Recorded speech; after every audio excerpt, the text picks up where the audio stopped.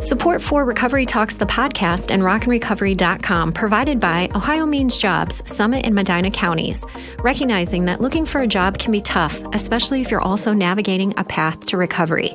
Ohio Means Jobs, Summit and Medina counties offer career coaching, support services, and training for in-demand careers. For more information, summitmedinaomj.org. Direct from Akron, Ohio, the epicenter of modern recovery. This is Recovery Talks, the podcast. From those in recovery to those working in recovery, meet those who are shining the light on Recovery Talks right now.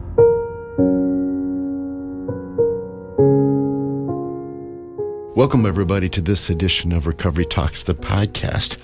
I'm really honored to have Angel Nichols today. And is it okay if I call you Angel? Yeah, that's fine. Cool? Okay, cool. Because, it could be Angelica, right? It could be. Right. So we talked about that a minute ago. So yeah. How long has it not been Angelica?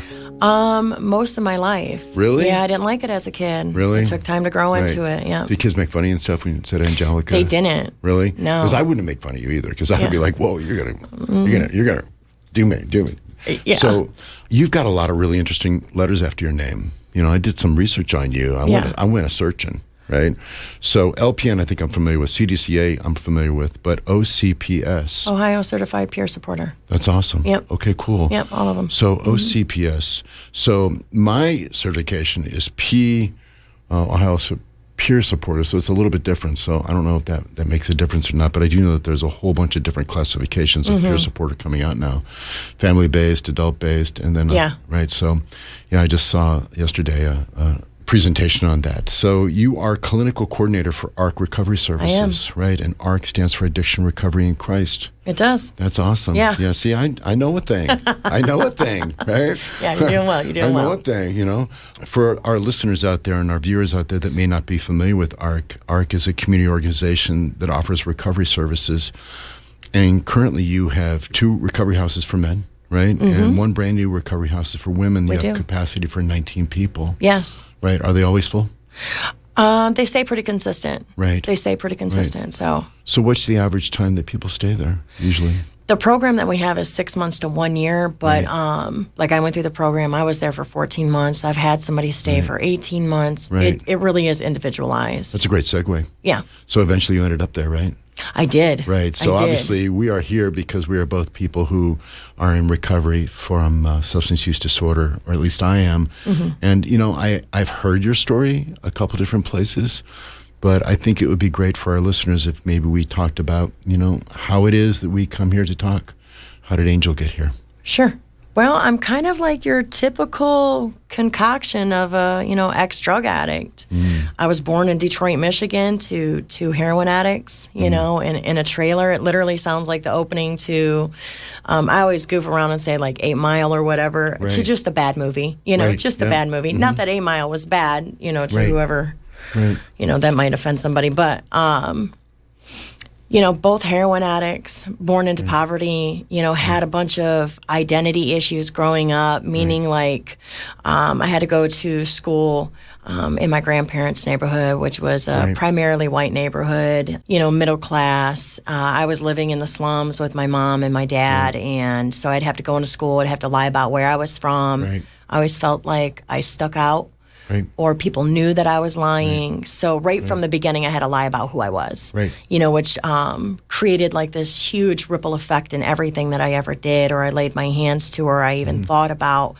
It was like walking around hiding this constant secret, not allowing the world to see who I really was. So you really felt different than most kids? Oh, 100%. Yeah, I even think like when I look back in hindsight, I swear, and I'm still going to hold steady to this, and I know that we use words in the room like terminally unique, but I do believe that I was different, and I do believe that I thought different, and I still think that way, you know what I mean? And I hope that everybody thinks that way. You are different and unique and set apart for a reason and a purpose. I can definitely remember growing up and seeing other kids' houses and thinking, mine's not like that.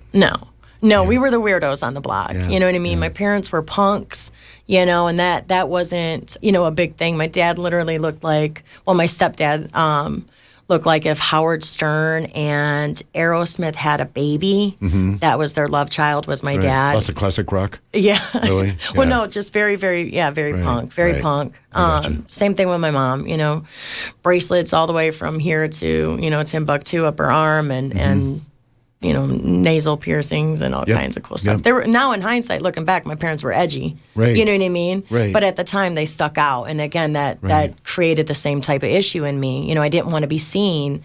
And here I have these parents. When they were clean, they were good. They were, activists in the community. They did things, so it was always out in front. And here I am as a kid, like, I just don't want to be seen. So drugs were around all the time? Drugs were always around. Right. They were just, my definition of clean and sober now was not my mother's definition. Right. They were Right. still okay with, dipping and dabbing and thinking that was all right. Right. They'd A little have, bit of weed is okay. yeah, she would Right. smoke weed. They would Yeah. drink. Cigarette smokers? Oh, God, yeah, cigarette smokers right, for right. sure. You think Yeah. that's the gateway drug? Do I? Nicotine? No, and this is the reason why I say this. I mean, it could be, but for myself, the first time I ever got outside of myself was, do you remember the choking game? Where I was doing that in my bedroom by myself. And for me, that was the first time that I experienced any type of high whatsoever. Right. And I had to have been in like the second grade. Right. Maybe even Right. before that, I can't recall. Yep. But I do know that was the first time that I had ever indulged in anything that would make me feel outside. Mine was food. You know what I mean? Food, yeah, because I felt comfortable with food. Food was like, if I could just Yep. get more of that food, what's going to have for dinner? What's for lunch? For dinner? Yep. Because I knew that would be a place where there'd be safety and comfort. Yeah, Food. absolutely. Yeah, I never thought about it that way. Yep. I should. Yeah, because I know I used to sneak it, all kinds of weird little things, Right? Fight over the cereal box. You know what I Yeah. mean? Take it, hide it. Yeah.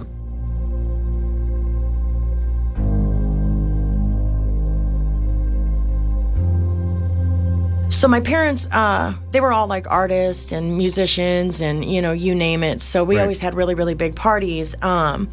My Aunt Kat and Aunt Rachel, we had this party and there was like some people that they flew in from England and they were all partying and they would smoke like these huge blunts where it's really like, looking back now, I'm like, I don't know what they were. They were mixed with Yeah, tobacco. what's up with the English guys, man? I don't know. It was a whole different It wasn't- ballgame, It wasn't dude. this. It was like this. Yeah, it was Like, so why do you need weird. that? It was so Really? weird. But, Right, being a kid and being exposed to it, it was all okay. Right. and Because mom and dad are doing it. Mom so and dad were doing it. It must be all right. Yeah, and it was always okay. And Right. their background was Slavic. My grandparents were Ukrainian. So drinking was not a big deal. It wasn't frowned upon. You could be Culturally. 11 years old and, Yep. and if you had a upset Yep. stomach, take a shot of whiskey or Yeah, brandy or it's all whatever it cultural. was. Yep, absolutely. So I remember my Aunt Kat and Aunt Rachel being like, "Oh, there's beer in the fridge. Go ahead and take one." And I did. And me and my friend, we went behind the garage. And, in hindsight, looking back now, I remember knowing at that point something was so much more different in me than it was in her. She took a drink and she was okay with that. I took a drink and I drank another. At 11 years old, smashed out of my mind at this party, with parents and other adults walking around, and nobody batted an eye. It was not a big deal. Here's a kid running around with a Budweiser and a bottle in her hand, you know what I mean? And nobody's saying anything. So that was definitely, it blew up since then. I was 11 years old at the time when I first drank. I was younger than that when I smoked cigarettes, but that was also the first year that I smoked weed. And I remember with my brother and his friends, and I was so high, I'll never forget that I was hallucinating. You know what I mean? 11 years old, so high, hallucinating, even having a moment in the mirror with myself in complete clarity. I remember looking in the mirror and asking myself, what are you doing? At 11 years old, to be able to have a conscious thought stream through all of that influence that I was under and be able to have a conversation and say, what are you doing? Right. Did you end up parenting yourself a lot? Oh, yeah. Oh, for sure. Yeah, because we were like, my parents allowed us to do whatever they thought. And I was always like the smart kid, the powerful kid, the strong kid, the independent one, which gave me freedom to do anything that I ever wanted. When really, in all reality, why I was doing those things, I just wanted somebody to pull my brake. Yep. You know what I mean? Please pull my emergency brake, and nobody Set up ever some boundaries. did. Give me a curb. Right? I get it. On some ways, you think you got like the coolest parents ever. They let you do whatever you want. And you see your friends like, oh, you can't. You can do this. I get to do that. But then you think, I wish somebody was telling me I had to go to bed. Oh, I yeah. wish somebody was telling me this or that. Right? Oh, all my friends thought my parents were cool. Right. So they thought we were the coolest parents ever. But in reality, we were parenting ourselves. Yeah. Yep. Yeah, it was awful. Can relate to awful that. experience. So how did it progress? It got worse when we moved down here. So my mom started a business that was not it was not legal, basically. She ended up getting raided.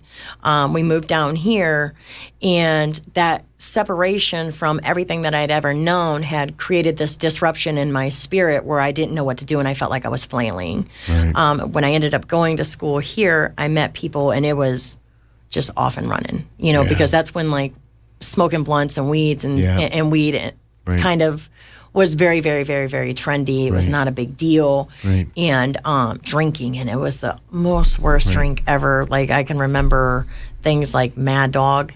Yeah. You know what I mean? Like, I don't even know what is even in that. It's crazy you mentioned that, because I think in a lot of ways, a lot of kids, when they get transferred from one school to the other, they have this moment where they get integrated and they know immediately they're the new kid, they don't belong. And sometimes the only kids that will reach out to them are the kids that are like the bad kids, right? Because they see you and they relate to you. Hey, you're an outsider, I'm an outsider, come on. Come on, join this tribe, right? Yeah. And I see that happening with some kids, especially when they get disrupted, they get planted into a new system if they're not on board or not integrated, because it's tough. Oh, And you'll the next gravitate, The next thing you know, somebody comes up to you and they're friendly, and you're gone. You're just gone, whatever that group is. Somebody, anybody like me, you know what I mean? And I'm with your group.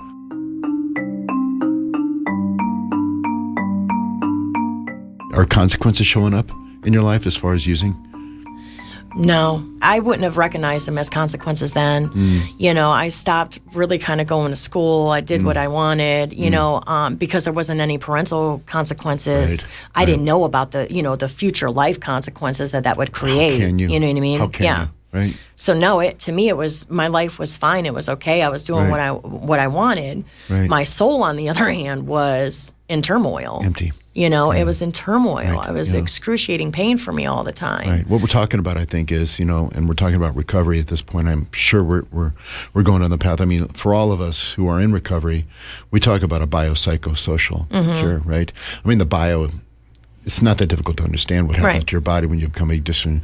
The social, that's a whole complete thing, physical, but that spiritual component. Yeah. You know what I mean? Where you feel the emptiness. You don't feel like you belong anywhere. Yeah. You don't feel like, you can do it on your own. You don't know what to do to ask for help. You don't know where to go.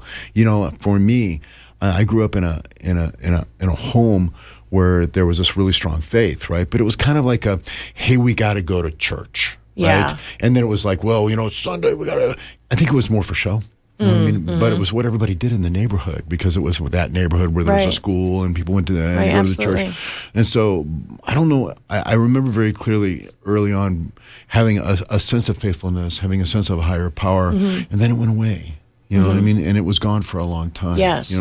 And you just sense, well, where is that? And we're going to get into that a little bit. But where was the moment for you where you said, uh-oh, I may be in trouble here.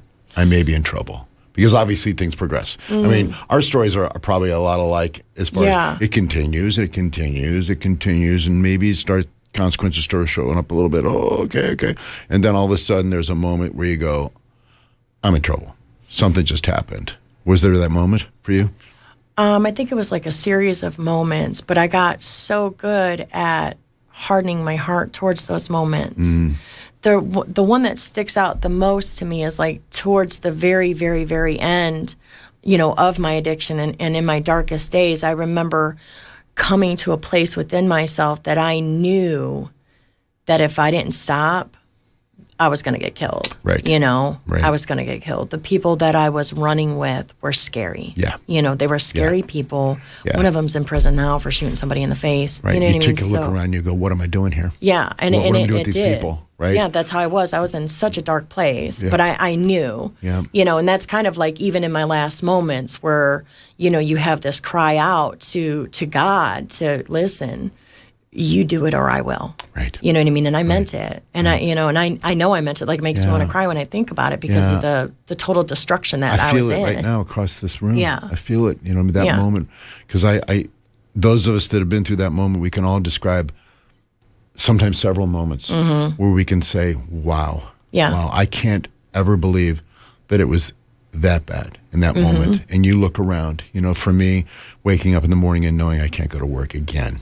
At some point, you have to make that turning point decision, right? When did it happen for you? What was it? Mine was in the form of an APD officer. Okay, there you go, right? Like, as much as I wanted to stop, it was like my body was in autopilot, Yeah, the midbrain takes over. Yeah, Sorry. I'm screaming on the inside, like, that stop. Is stopped. Yeah, and it just, I couldn't. And, and God knew better, and he showed up and arrested me, and I went to jail. Yeah. And I stayed there for, I think, like a total of 8 months. Right. They put me in the CBCF program. But I had so many experiences while I was in jail. I knew towards the end, like, I had this anticipation in my spirit. I knew something was going to happen, that my rescue was coming. How it was going to come, I didn't know. Well, that's amazing. So when I got to jail, I knew that was the answer that I had been seeking, that had finally came. So I did. I took the opportunity and the space and just drowned myself in everything that I could. So how did you get connected with ARC? I may be fast forwarding a little bit past some important parts of your story, but so eventually you come into contact with this organization. I did. It's a CBCF. Game changer. Right? Yeah, 100%. The 100%. They were a completely different clan of people. Like, they were so. My story is, like, growing up, I wanted nothing to do with Jesus. If you said the name, I would cringe. You know what I mean? I wanted nothing to do with it, but... Why do you think that was? Because I've thought a lot about that, you know what I mean? And even today, because I deal with a lot of different people who do a lot of different things for recovery. And, when we introduce people to a spiritual approach... which can be a lot of different ways. Mine's different than yours, but I think that at the apex of all of it, it's all about love and kindness and caring and warm-heartedness, right? Yeah. And I think that a lot of it has to do with just bad actors, because a lot of the people that we met that may have been, involved in a spiritual approach to their life, we just looked up at them and, go, I'm not you. Yeah. I'm not you. I don't see me in you. Yeah. Right? Yeah. So there had to be a difference there for you in that moment. Well, what ended up, so I told you when my parents were good, they were activists. So they were the ones that were protecting women as they were walking into abortion clinics. Unfortunately, on the other side of that were the ones who were claiming that it was sin and it was murder, and they were spitting on these young women. And I didn't understand. Like, something inside of me knew that wasn't right. And if God was love, that wasn't love. Right. And they would use the word Jesus, and I couldn't. I don't want no part of that. I get it. Yeah. I get it. How is that?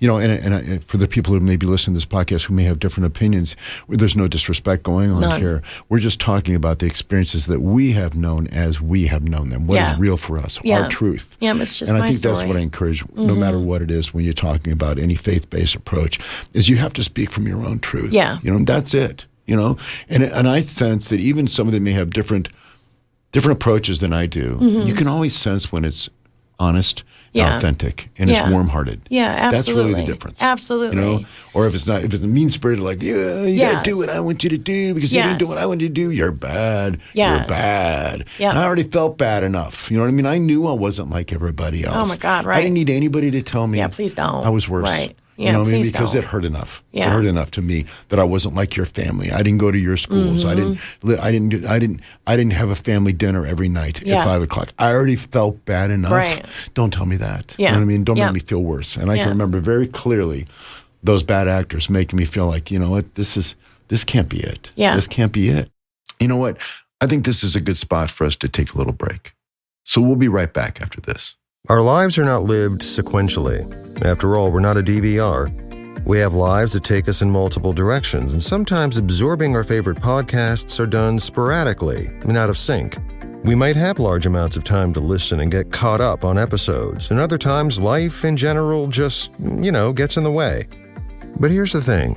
Every guest, every topic, every journey from the darkness into the light has been and will be captured and preserved at recoverytalks.org. Miss an episode?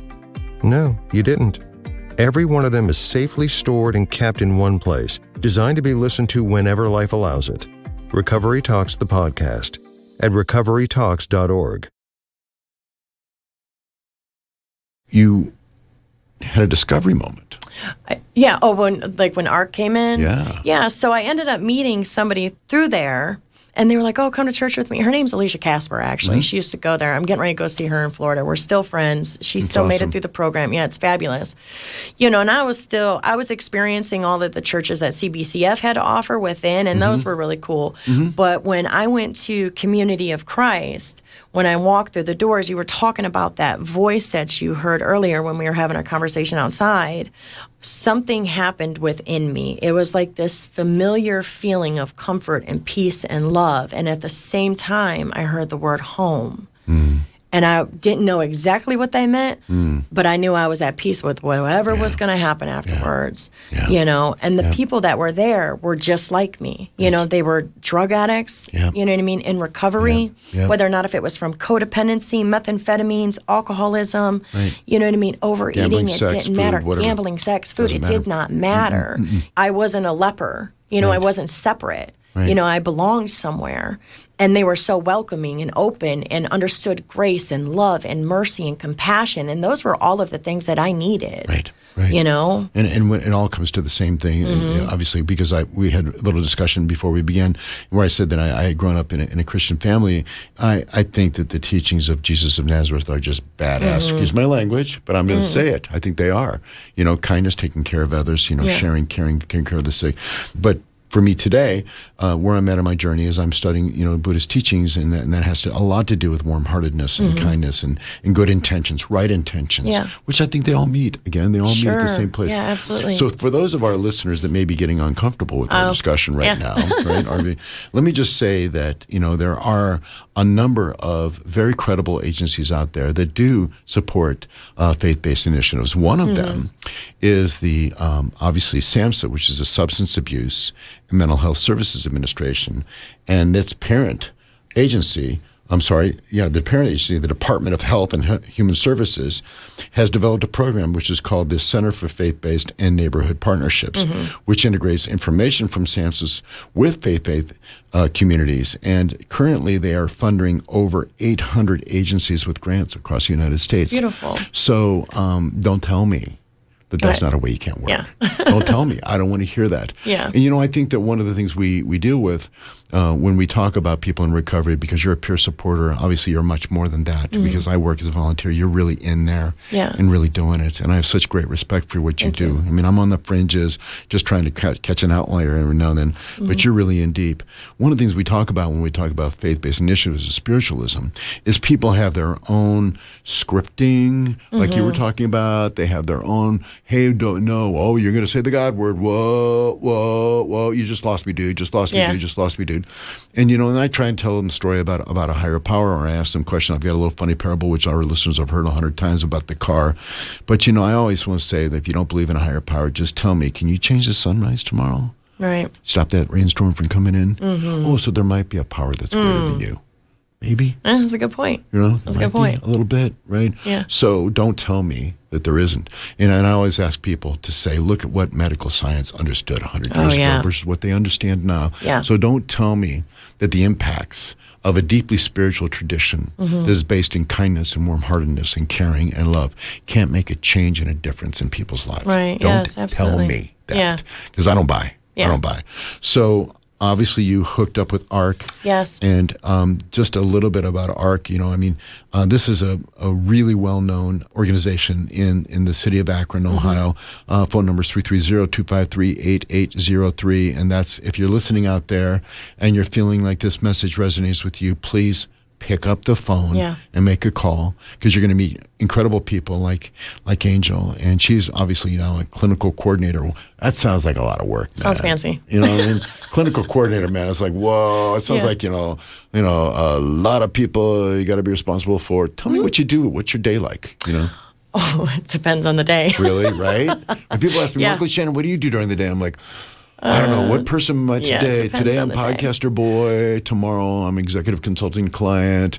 Tomorrow, after that, I'm Right. like, music guy. I got to get my stuff together. But I think that overreaching over all of that, no matter what we do, no matter how we do it, is a firmly rated basis of saying we ain't going back Yeah. to who yeah. we were Yeah. and what we did. Yeah. And absolutely. the way that we do it, you to a much greater degree than I do, is you're involved actively in helping people. Oh, yeah. That's yeah, the I game love it. changer. We Yeah. talk on this podcast a lot about what the 3 things are. 3 things for me are don't use today. Boom. Yeah. I don't know how you do it. Find a way. Call me. Call Yeah. you. Find a way. Number 2 is find that tribe of peer support. Yeah. To me, the most powerful tool in getting sober and being in recovery is knowing there were other people that were just like me. Yeah, that I wasn't a absolutely. bad person. Yep. I wasn't a bad person. That was a big one to me.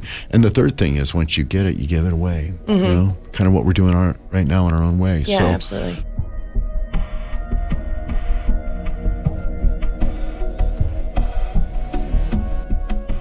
I don't know if you want to go to some of this stuff, but I'm gonna ask you to dig in a little bit Sure. about your faith. Sure. Okay, if that's okay. Oh, God, yes. Okay, when you talk about the teachings that you studied, what are some of the key ones that come up to you that you live by day?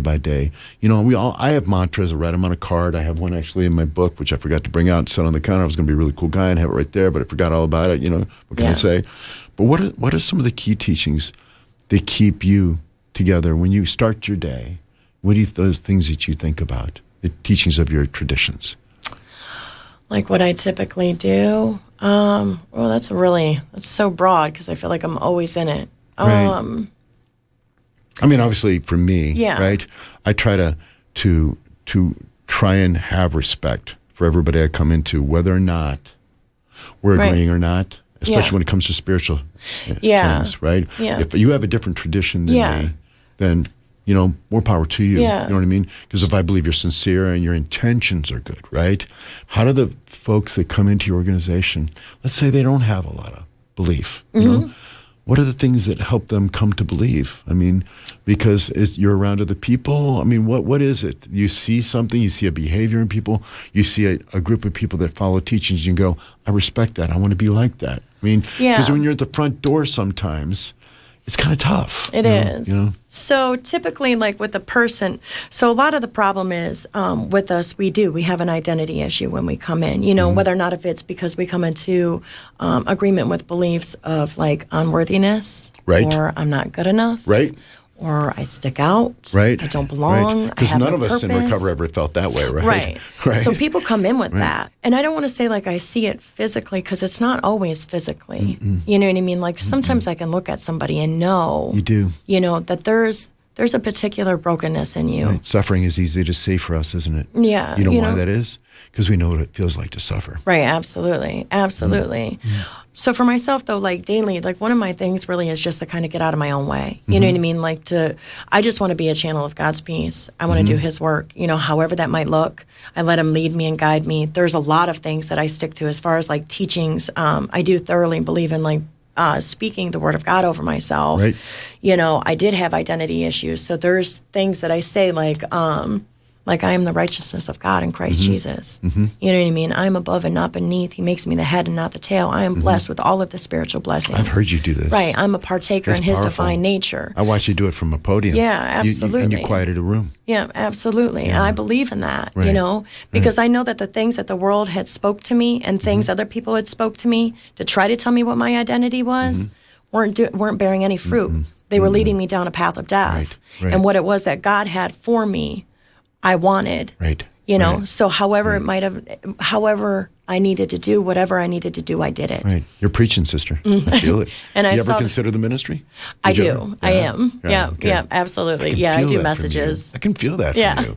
It's coming right through. Maybe you're supposed to do that, Maybe this is the moment you'll look back and go, This is "I'm a on that guy's confirmation moment. podcast. that guy with the hat and the glasses. Absolutely. That's what I knew. Yeah, Because I absolutely. feel it from you. Yeah. It's as clear as can be. Yeah. I see it all around you. It's a nice little spiritual experience, ain't it? All around you. You're preaching, sister. Yes. Well, I think people need that. They do. Because what's the one thing that we can always do for someone? We can always lift them up, right? Encouragement. Always lift them up. And they're the ones that need it the most. The ones that are hurting, the ones that are mean, the ones that make little snide remarks, the ones that are maybe criticizing you from the side. Right. What's the one thing they all want? They all want to be lifted up. Right, absolutely. Because they all need that. Yeah, we'll pick you up. I'll dust you off. Right. I'll tell you who you are. Right. Let me show you. Speaking words of kindness, too, and using honesty with a measure of kindness. I think that's another thing that I think that those of us in the tradition of really, really digging deep into the spiritual aspect of recovery, we always remember that no matter what the message is, it's always better served with kindness. Yeah, amen. Always. Absolutely. Always. Absolutely. You're talking about the ministry. I'm talking about some of the traditions that I've been around and seeing that, in congregations, one of the things that's most difficult for a lot of pastors to realize is that out of 100 parishioners they may have, there might be 20% of them who are suffering from mental health issues. Yeah. Those are the statistics from SAMHSA. Yeah. To be 21 in 5 are struggling in the congregations. The people we serve, whether you want to call it your ministry, your congregation, your tribe. I use the word bandmates. I use all kinds of stuff being a musician. But pretty much 1 out of every 5 people are struggling with some mental health issues. And of those 1 in 5, only 8% get help. Yeah. And almost 4 of them, 4 out of 100 people we may meet in our tribes are going to have long-term struggles with mental health and may not get well. 4 of those. And how do we reach out and grab those? I think about that a great deal when we're talking to people. We were talking about an experience I had yesterday doing some service work and seeing a person that is obviously, you can see it, and you can see it all over the face, right? You can see the pain and the hurt and the suffering.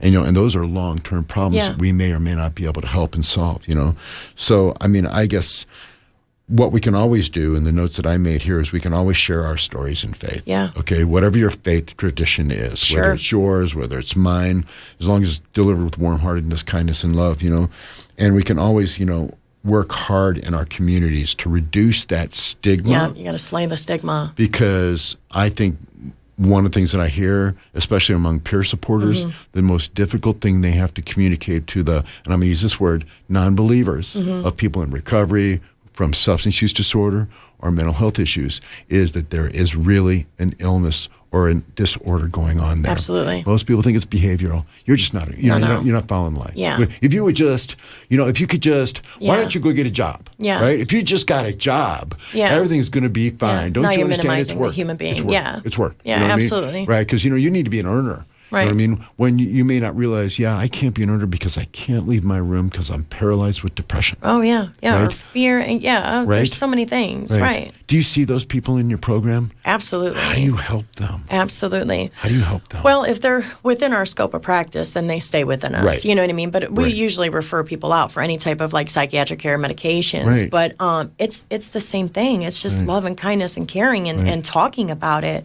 and not sweeping it under the rug and believing the stigmas, Right. Just because you have mental health doesn't mean that, I'm going to scream, whatever it is that you have, because the whole world needs to know. I'm so happy to hear you say that, because when I first came into a program of recovery, I was involved in a STEP program, and I encountered some, and we all did, right? Some of the maybe more the old-timer hardliners that believed that just reading a book and believing in a higher power was enough for me. I really struggled with mental health issues, you know what I mean? And there was no amount of reading or believing at that point until I was able to cope with some working out and working through with professional help. And I tell people, you break your arm, you go to a doctor, and you be there in 30 minutes. Right. You're like, oh, but your heart is broken, your head is broken, I'll do it tomorrow. Yeah. You know what I mean? And we have to encourage people, especially in the rooms or in your practice, we have to encourage people that there's no stigma. Oh, God, please, with going and getting and saying, hey, today I couldn't get out of my room again. That's not okay. And it's okay to not be okay. Right. It's okay to not be okay.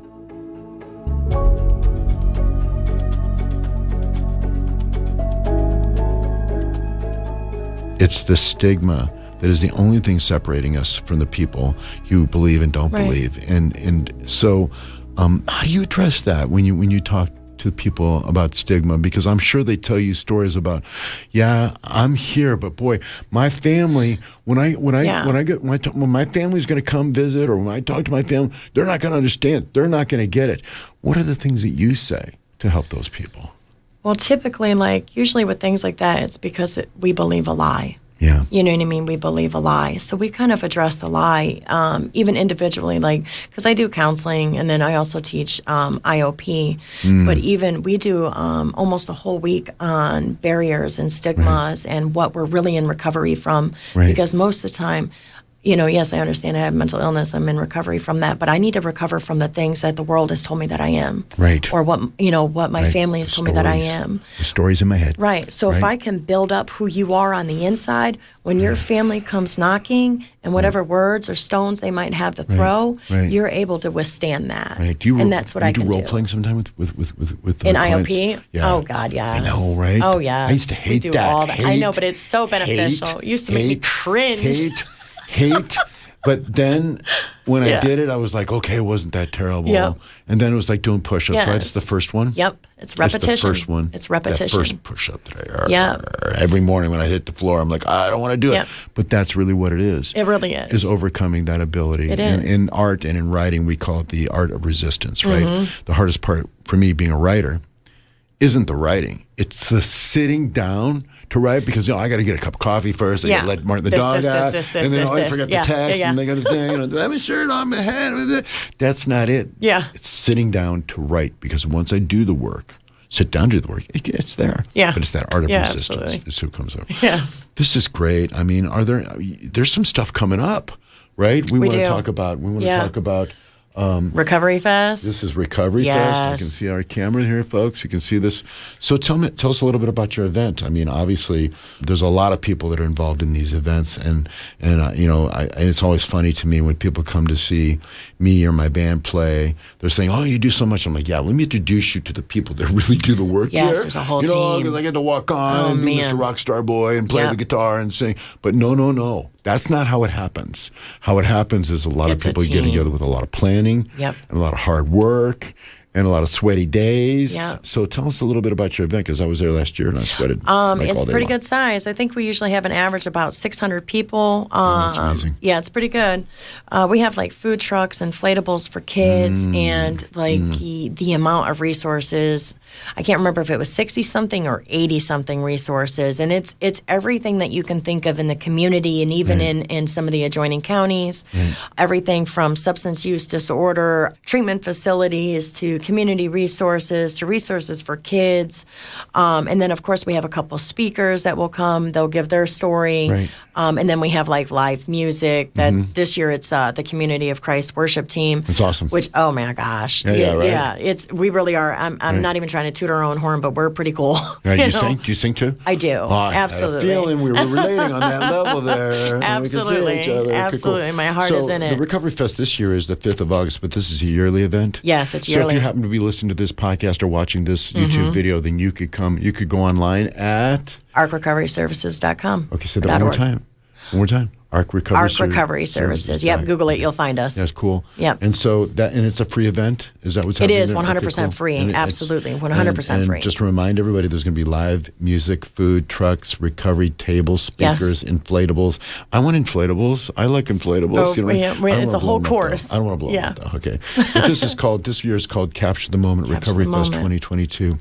I just want to tell our listeners, I'm so deeply honored that you came to spend your time with me today, because, in a lot of ways, and it's often what I tell a lot of our podcast guests, is you just never know when you're helping somebody. You just never know. And it's almost always somebody comes up to me, and says, hey, I was listening to that podcast. And then, of course, I go into a bliss, like, which one was it? Which one was it? Right. But they said, when I heard your guest say this, when I heard that made me think this. I did, because. Yes. And I think sometimes those are the most powerful words, So, thanks again. We were talking to Angelica Angel Nichols, okay, who is an LPN, CDCA, and OCPS. That's awesome. And she's also clinical coordinator at ARC Recovery Services.